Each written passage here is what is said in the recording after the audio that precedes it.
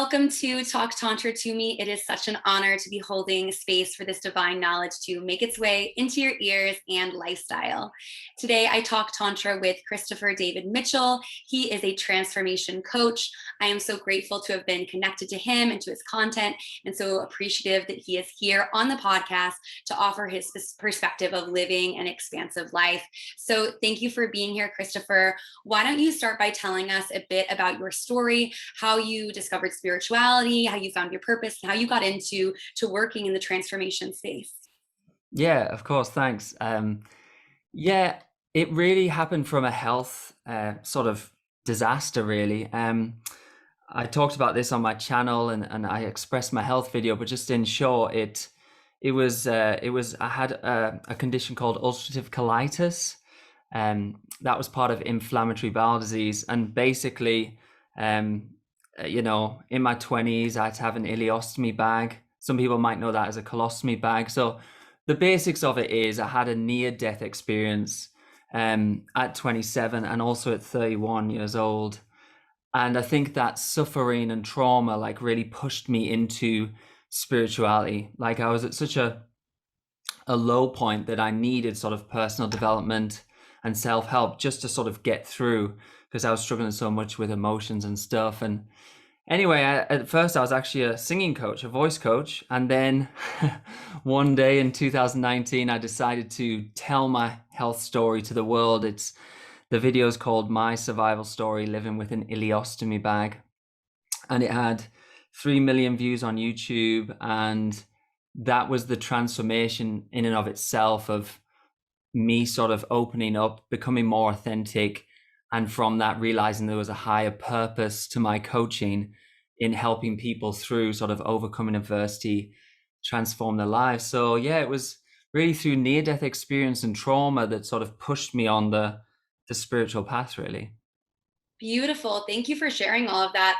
And how has this, I've obviously listened to your story, which is beautiful, so emotional, put so many things into perspective and incredible. So everyone that's, listening to this podcast, I definitely recommend checking out, his video on YouTube, which we'll link at the end and I'll put in the show notes. But you'd also had a video that was kind of about dating and things like that. And I'd love to just touch in on how that experience has been for you.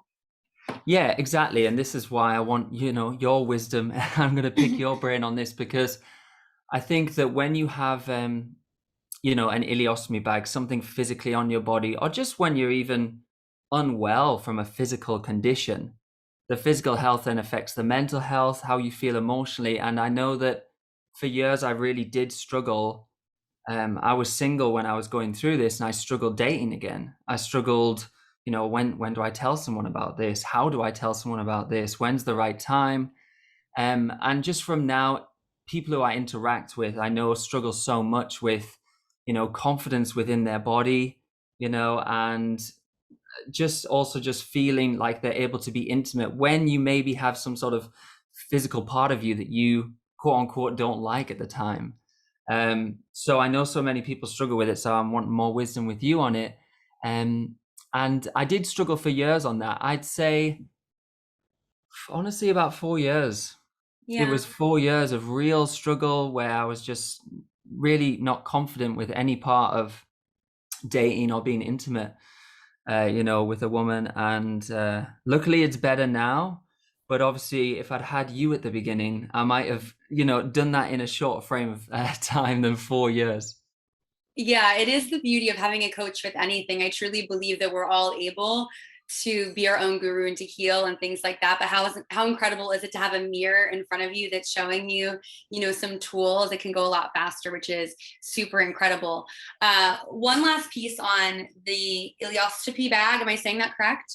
Ileostomy, yeah. Ileostomy. If you wouldn't mind just kind of like, what is that? What does that mean? Just for the listeners on my side that have no idea kind of what that even means. Yeah, no, it's cool. It's actually more popular to hear of a colostomy bag. And they're similar, but colostomy bag is more like the Rolls Royce of bags.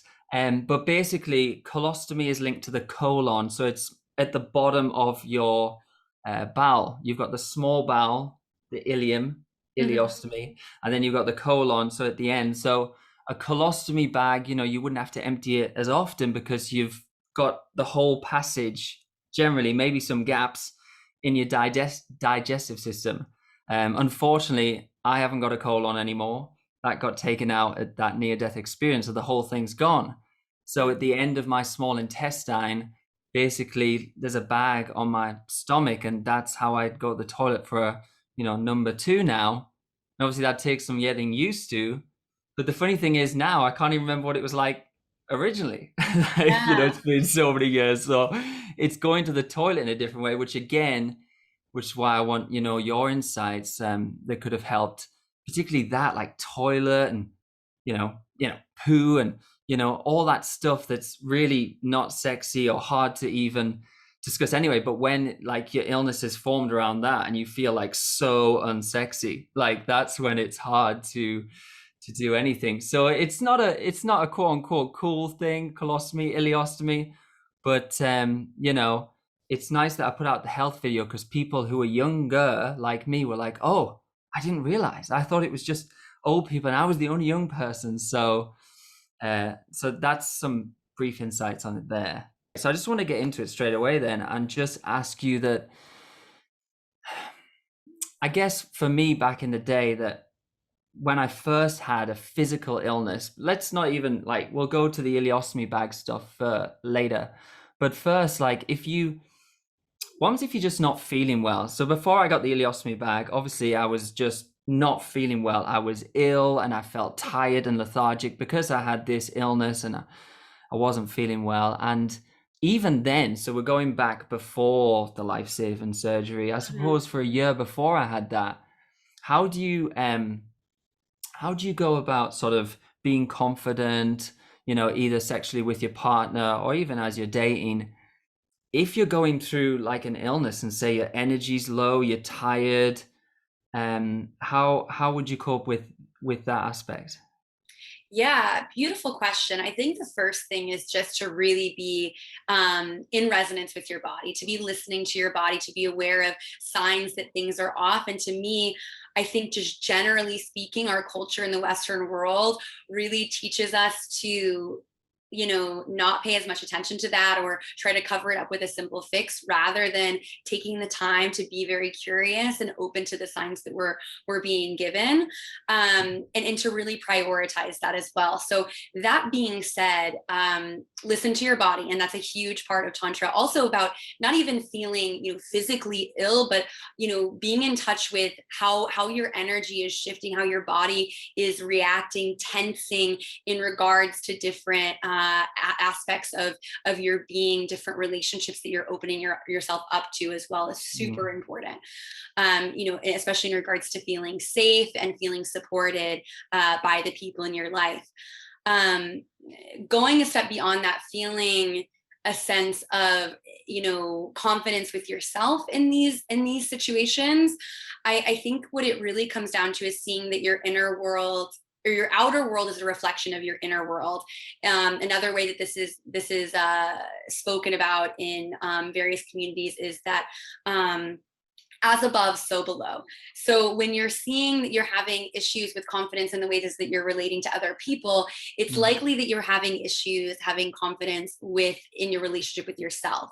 Does that make sense? yeah, for sure. Because I don't know if this is what you're hinting on, but like when I first started recovering and from my illness and sort of came out of hospital, I felt like the easy thing for me to do would be get some affection quickly off someone else and a partner. But I actually spent quite a lot of time on my own, and maybe that was one of my cures because I was like, okay, I need to actually get confident within myself first before I start dating again. Although that did take a lot of years, so there was a lot of patience to it. But yeah, I definitely think that helped. But it was tempting because, when you want a bit of love and affection, it's hard to still stay on your own at certain times. Mhm. But I definitely did. I mean, I was single for, quite a few years. Not because there weren't some options available, as it were, with partners, but because I just sort of knew that I wasn't comfortable within myself and my body at that time. Yeah, I think that from a very young age, we're told that the best way to find love is outwards, and that we need to perform in certain ways to even receive that love, whether it's from our parents or from our teachers or from society in general. When in reality, we're moving into a time that really comes from autonomy and building this within ourselves. And this isn't to say that we don't need people.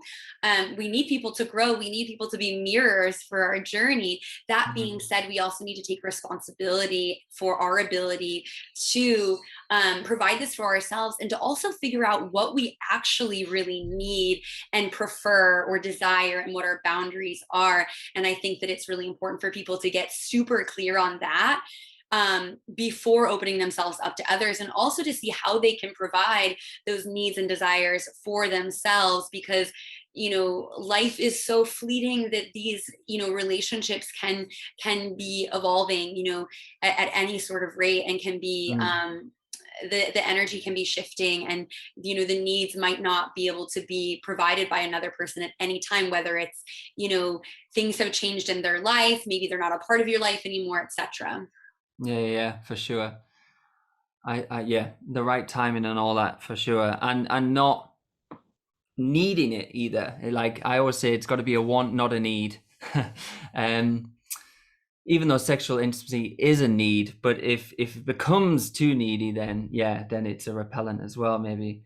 Um, so say like let's go the next step. So say someone like me had, an ileostomy bag, or someone had something about their physical body that they really didn't like and they felt really insecure about, and it was affecting their self-esteem. I mean, from my health video, I do get a lot of messages from people, particularly women, which maybe we'll talk about why, who say, I don't feel attractive anymore. I've got an ileostomy bag, or I don't like my body anymore. I don't think I'll ever find a partner ever again. What would be sort of the message to someone of how they could heal or cure that part of them that just feels so unattractive because their life's changed? Maybe it's in a physical, way like a bag, or in some way like that, and they just really don't have any confidence to even think anyone's going to find them attractive again. Beautiful. What comes to me is that um, we need to recognize that we are inherently worthy of love and appreciation, regardless of what's happening in and around our body. Our bodies are, again, fleeting parts of our reality. It's our souls. For this is my perspective. This is my truth. Our souls Yeah. transcend this lifetime, and so it's more about connecting in with like, what energy are you bringing to the world? I relate to this, and I think that this is another moment to see how this conversation transcends one specific experience that has to do with illness. But for me, the thing that I had to get over that happened to my body was sexual assault. So for me, Mm. even though I healed my own belief around sexual assault, I found that when I had to communicate that to a partner, it was something that I felt like I needed to rationalize, or I had to explain Mm. myself, which showed me that I hadn't really healed all those parts of myself, because there was a deep down a part of myself that still felt like I did something wrong to have had this experience happen to me, or there's something wrong with me, or I'm Yeah. damaged goods, which is the narrative that has often been perpetuated in our society. So it came back to seeing, if I'm lacking the confidence in this space and I'm attracting people that are perpetuating that narrative, it says more about what's really going on deep down. I actually haven't healed my belief around this. Does that make Yeah. sense? Yeah. Again, it's back to, being comfortable within yourself first before you go out there meeting other people, because no one out there is going to cure how you really feel about yourself. And yeah, I mean, like I say, it's an energy thing. I've talked about this on my channel, dating with an ileostomy bag, that I used to come up and I used to be so nervous, like saying to people, "I've got something to tell you. Like I've got a ileostomy bag," and I realize now that because they knew that my energy, like I wasn't cool with it and I had some issues, then it was an issue for them. But Mm-hmm. now that it's really not an issue for me and I've accepted it within myself, I can confidently just say it, and I'm cool. Like, and because they can feel that I'm cool with it, then they're cool with it. So that was like one of my big lessons. Um, Yeah, I also think that it's about like trusting that your trauma or traumatic experience or healing journey or whatever it is also a gift to the person that you're sharing it with, and they can accept that gift and they can reject that gift, and that's up to them. But to me, saying something like, I experienced this, is an opportunity for this potential partner to learn more about the human experience, to learn more about the world. For me, it was learning or gifting a potential partner the opportunity to talk about things like radical consent, and how common it is for sexual harassment or assault to be a part of reality, and what can we learn from this in terms of making someone feel safe in this space even after trauma. So it's a gift to allow someone to learn through that with you as well. I'm not sure if you experienced something similar kind of with your experience. Well, you're around pretty evolved people, it sounds. I think you've got to be around and find the right people. It takes quite an emotionally intelligent person to be accepting sometimes of some of that. I mean, it depends where you're at. It depends who you're hanging around with. If you're hanging around with some people who are fortunately a bit more materialistically minded, and in their materialistic way of seeing the world, it's harder to go on that authentic expression of communication together.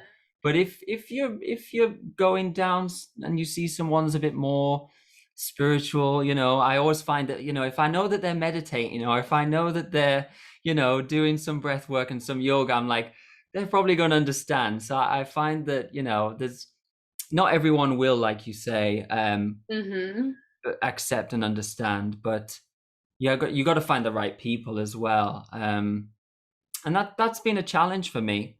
Yeah. That's been a challenge for me because before I got ill, I was in a very materialistic, like, showbiz, and a lot of people did actually leave me, just even friendships wise, because it's one of them slightly material, like, it's a lot of it's based on social status. So when you're up and doing well and you're in like a West End show, it's great. But when you're not, there's not many who stayed with me on the journey. But what I find is you just need to find a new tribe, like a new set of people, and they're actually, can be loving and great with you. So, I think it's important to find the right people as well, which can take time. Yeah. What I was going to ask was, I wanted to touch on that woman, the women's perspective, because, like I say, when people I find are more insecure about, their body or finding a partner again, maybe after some element of physical or emotional trauma, it's mainly women. Do you think that's a coincidence, or could it be, like, one of my ideas could be, how there's life coaches like Tony Robbins talk about masculine and feminine energy, and how he would generally stereotype, I wonder what you think about this, that men are more attracted to looks and image, is what he would generally say, and that women are more attracted to sort of, leadership and status and stuff like that. Is there something that's inherent genetically within a woman where they're more self-conscious about their body than men, or is it just a bit more coincidence that most people who struggle with this are women, probably more so than men, I've found? Yeah, I definitely have some good thoughts on that. I would love to touch back a bit more on the find your tribe sort of thing too, if that's okay. Yeah. Because I also had I had someone leave me the day after I told them about my sexual assault, and it was highly traumatic. So I totally understand the Yeah. frustration around rejection when you're being so vulnerable. And to me, what I found is that it's a gift, again, also that they're leaving. It's telling you what's really important to them. And so it's being able to touch them with yourself and not take it personally and say, they're just not on my level yet. Like, that's okay. That's fine. So just let them go. There's an episode of my podcast where I talked about this whole experience. It's called Growing Through Ghosting. If anyone wants more information on like what happens when you feel rejected after you're super vulnerable, which I would say to touch in on. But definitely the right people for you are going to love and unconditionally accept your body. And especially if you're in a space where you're willing to grow through your own relationship with what's going on, then you're fine. I think that Yeah. like, as long as you're coming from that perspective, whatever someone else does or says is just an opportunity for you to see if they're really living in resonance with the growth journey that you're on. Do Yeah, I you agree. feel, yeah, Totally, yeah. cool. That being said, talking about kind of the feminine perspective in something like body conscious, body, I don't even, it's not like body image is even the right necessarily the right kind of descriptor for what would be the experience with someone with an ileostomy bag. Yeah, or just anything that they don't like about their physical body. Yeah, obviously there's different levels of like expression that occurs here, or different experiences. I don't even think level is the right word, because it really is totally everyone's experiencing themselves in a completely different way. So that being said, to me, I think that it has less to do with like masculine and feminine like genetics or how we're like born and things like that. I think it has more to do with the perspective that society and patriarchy has projected onto women, which is Okay. that one of the only things that we have to offer, one of the values that people appreciate about the feminine, or the acceptable values, is body, is beauty, right? Right. So women aren't as appreciated for their intuition, or their wild, chaotic, beautiful, fluid expression. They're really only valued for their ability to nurture, and to be beautiful, and to follow a leader essentially, whereas there's Right. so many other expressions of the feminine that in my perspective have been kind of reeled in, whereas we're coming into a time where that can be unleashed, and there are so many other parts of your femininity that are super valuable that go beyond your body. Yeah, yeah, yeah.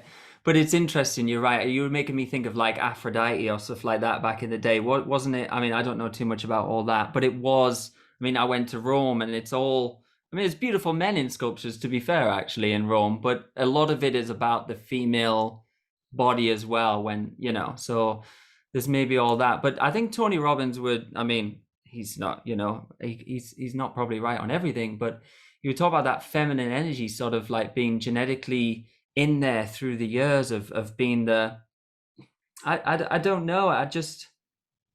Yeah, it's interesting, isn't it? How much of it is like in us with a sort of feminine energy genetically, or how much is it, like society and and if we were in a different country, would it be seen differently, et cetera, which it is in some countries, isn't it? Yeah.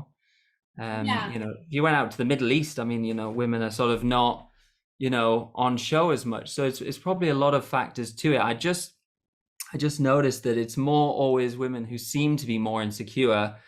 Men still have issues with it, but they don't seem to care as much. It's just been an interesting thing when I've coached other people on it. But yeah, I think it's a good one. It could be a few things. It could be mixture of, it's always the nature nurture argument anyway, isn't it? Cool. So for everyone listening, I mean, I don't know even too much about it. Tell us a bit about uh, tantra, and sort of how, particularly maybe on the sort of story here of, maybe some trauma emotionally or physically, how like this approach or technique might help someone. Yeah, absolutely. Beautiful question. So, again, to me, Tantra is really about touching in with presence and intention. And especially when you look at something like the opportunity to heal body image, it's taking moments to see that this one part of your body is not your whole body, and it's also not your whole, expression of humanity. And to me, Tantra touches in on, sexual intimacy, but also physical intimacy that isn't sexual, emotional intimacy, spiritual intimacy, and intellectual intimacy.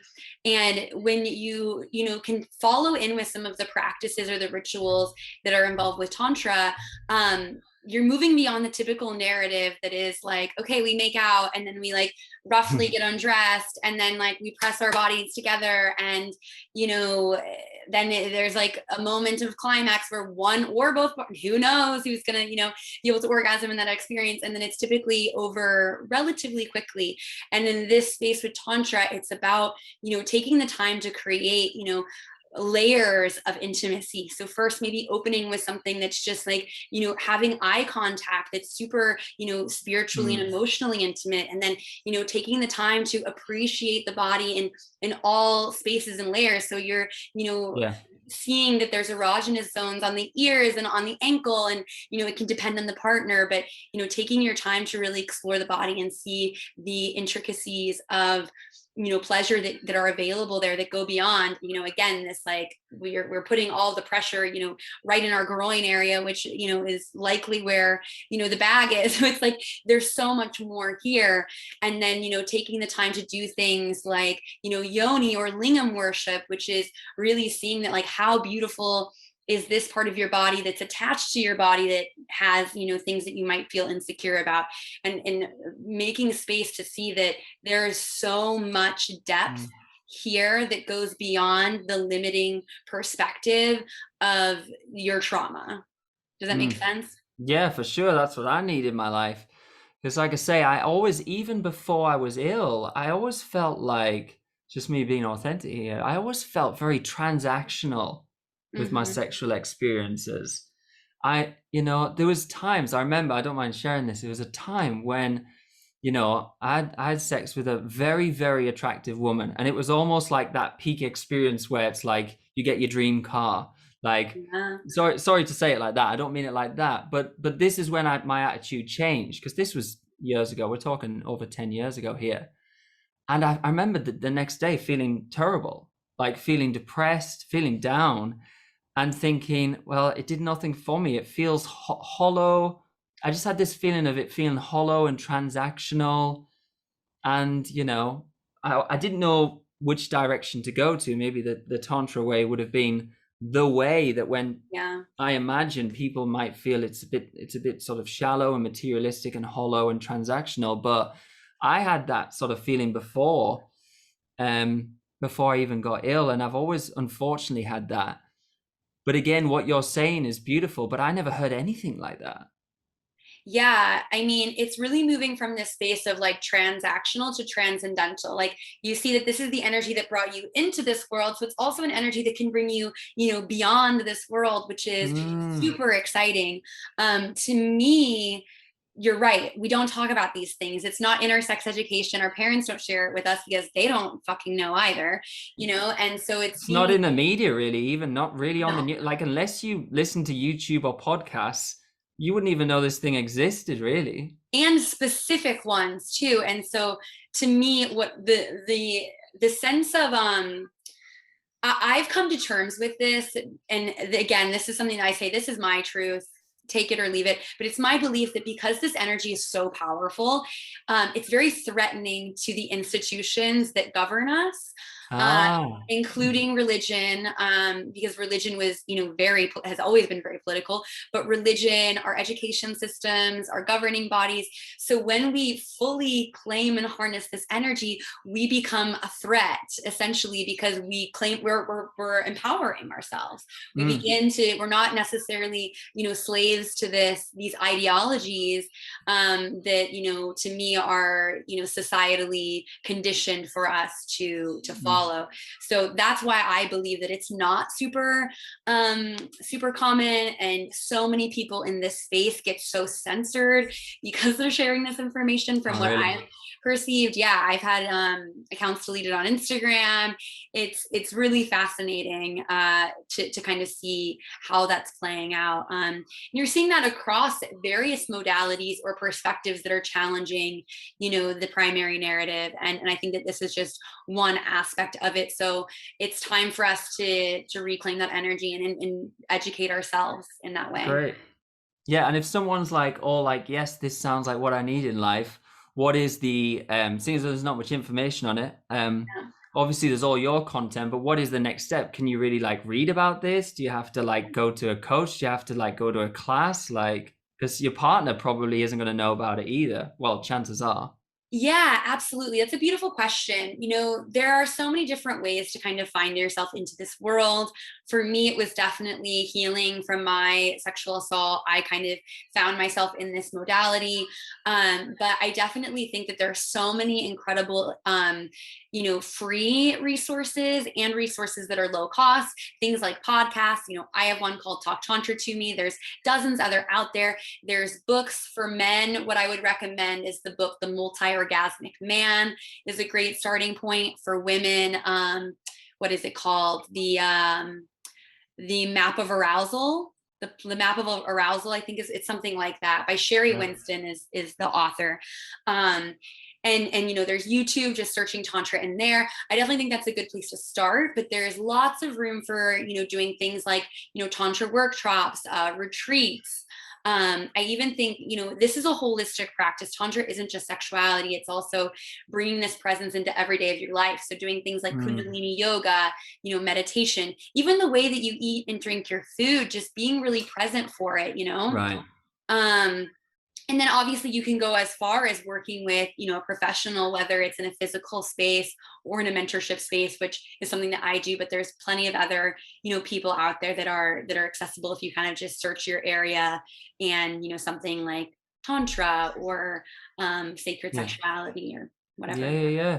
This is great. And I think you're on to a winner. Not that you care about it from a, I'm just talking here from like got my business marketing head on, unfortunately. But like the way I see the world going is, it's all linked to spirituality. Like, the next phase I think that we're into, particularly in sort of, America and Western Europe is, meditation's become more popular. People are talking about spirituality more. People are talking about yoga, like Kundalini and stuff like that. So I th- I think we're on the verge of people knowing about this more and more and more, and it's going to be Yeah. very popular. Because the whole, slightly spiritual movement is definitely happening. So that's great that you're going to be, well, there's probably a lot of people talking about it, but I haven't really seen. And like, I'm a guy who is into a lot of things of personal development, but I've heard of it, but I've definitely not explored it. So it's great that you're offering that. And yeah, I just want to say, is there anything else that you think would be valuable, for my audience that maybe I haven't covered, that now Yeah. where the conversation's gone, there's something you want to add or share?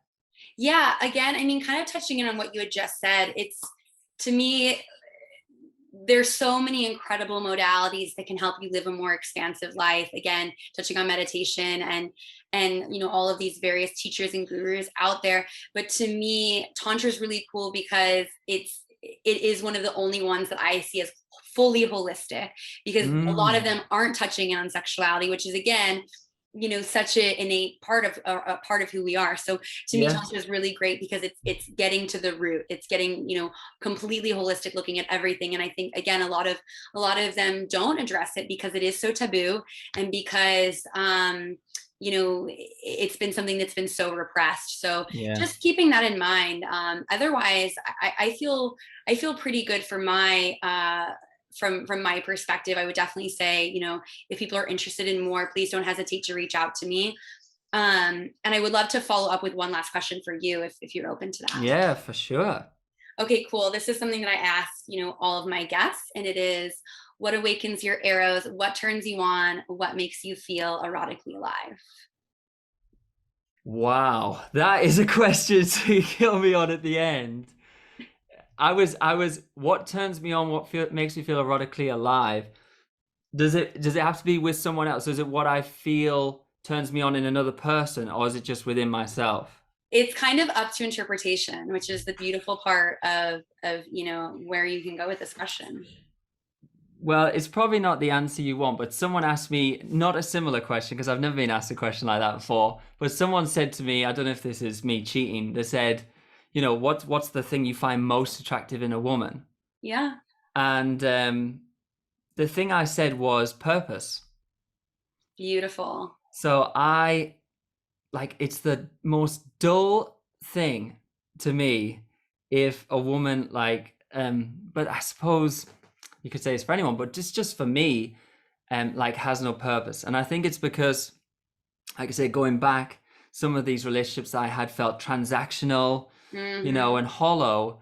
So it's like, even now, like I can still feel that attraction. But if there's like, your stereotypical Instagram model who's gorgeous and looks like Pamela Anderson, but I'm like, oh, so what are your passions in life? Or what are you working towards or whatever? And it's like nothing. I'm just like, I'm just gone. I just can't, so it's almost like it's that life purpose calling. Like if I feel like someone is on like a mission to do something, Yeah. like that's like the most sexually attractive thing for me, because I'm like, I sort of just getting encapsulated by like, oh, I believe in that person, or I want to root for that person, or they Yeah. stand for something, or they Hmm. feel like they have a purpose, they want to change the world in some way.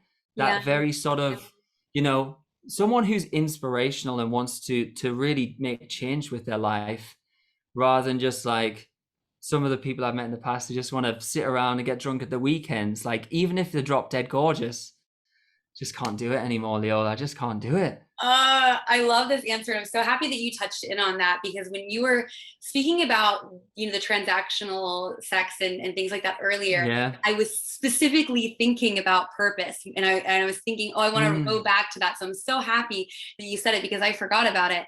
And I think that that's a really good piece to talk about, this idea that that's the energy that you're bringing to the world. And to me, that's the essence of what attracts us the most to ourselves and to each other. So to even say that, Mm. what turns you on the most is purpose, it's even the purpose within you, I see as like a mirror to that. Would you agree? Yeah, well, that's what I'm wondering, because it's such a value to me. Like, the Yeah. most important thing I ever did with my life was putting out that health video, because it had purpose and meaning, and it took courage, and I'm trying to change the world on some way for the greater good.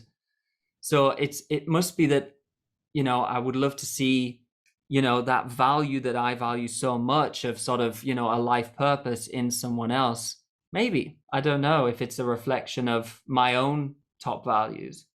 Yeah, absolutely. Well, I think that too, it's saying that your highest truth doesn't always have to resonate, but to see that there's like a grander vision that is actually in alignment, just because the core of any purpose to me is to bring more, love into the world. And there's so many different Mm, vehicles for how that happens. yeah. So yeah. Yeah, exactly. It doesn't have to be the same purpose of mine, but I just want them to wake up passionate about something. And even if I don't agree with it, sometimes I'm like, I don't care, but I love that you love it. Like, I love Yeah. that you're on a mission, you believe in it. So it's, yeah, I would say that these days, that's probably the number one thing that would turn me on and would get me extremely just swept away with someone and interested. Beautiful. I love it. I wanted to close into to just ask, where can my listeners find you or support you if they'd like to get more information or watch your video, etc. Yeah, so the best way for people to find me, who might be listening, Christopher David Mitchell, and I've got a website there. But yeah, just because we've talked about it a bit, I think the health video would be a great place to start. And so that's on YouTube, My Survival Story, Living with an Ileostomy Bag. And like I say, if there's some sort of form of adversity or, challenge that you need help with on some part of the journey, then that's what I'm sort of doing now with my coaching. It's turned into my purpose to Hmm. sort of be the coach I wish I had when I was going through the journey that I didn't have. Yeah, That's that's absolutely. that's sort of what it's turned into. So yeah, Christopher David Mitchell on YouTube. That's where I do the best content. So yeah, that's where to find me. Amazing. Yeah, and I think this goes back to, again, it can be, we all have the capability to heal and to work through our shit on our own, but how much more fun and fast is it when you have someone that's already been through something similar, or has done all of the grunt work to find what works, or to at least put you in a space to help you figure out what works for you. So thank you for sharing that. I definitely recommend people reach out to Christopher to be enlivened by some of his wisdom, because he's got some incredible content on YouTube as well. So thank you again for joining me today, and I also want to express my gratitude to the the listener. Thank you once more for opening yourself up to the idea of sacred sexuality. With so much gratitude and love, have a sexy and spiritual day. And I'll catch you next week on Talk Tantra to Me. Ta-ta.